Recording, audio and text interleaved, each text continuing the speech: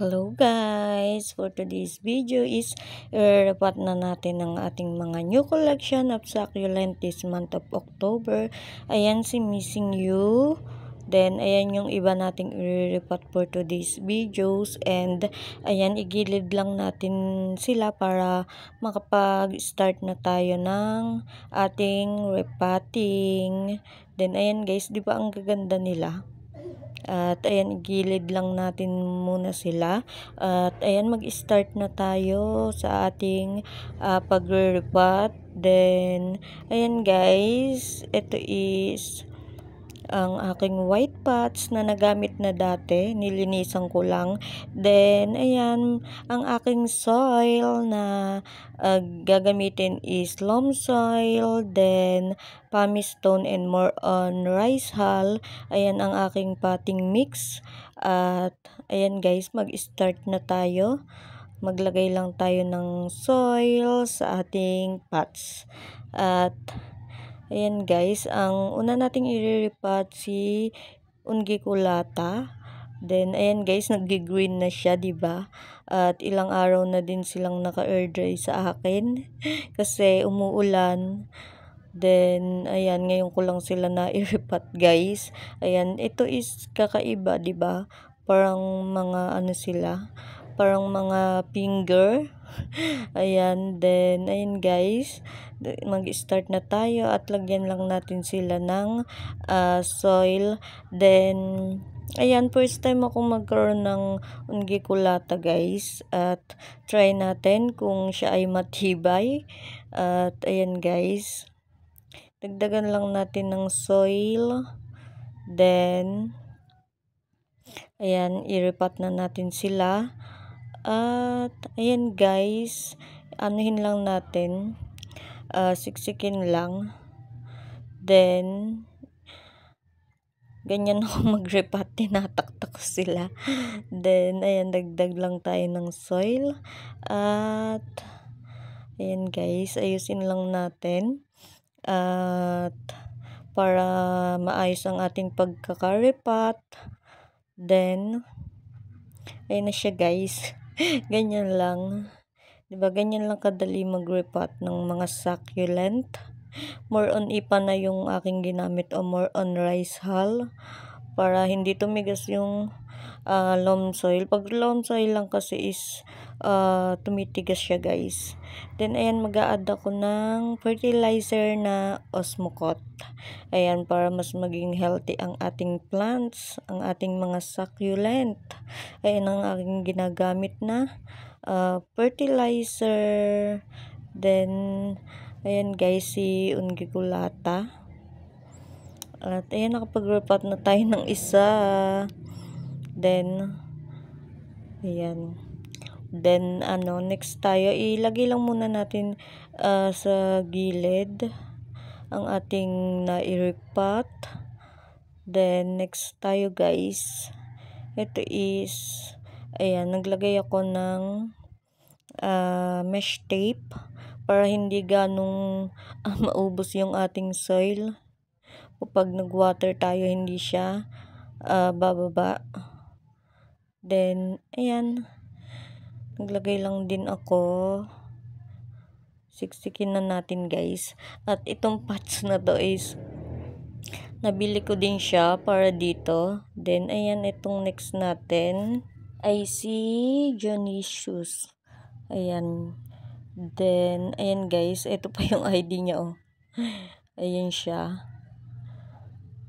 Ang ganda na to. Sobrang ganda niya in person, at ang ganda ng pagka niya, rosette type.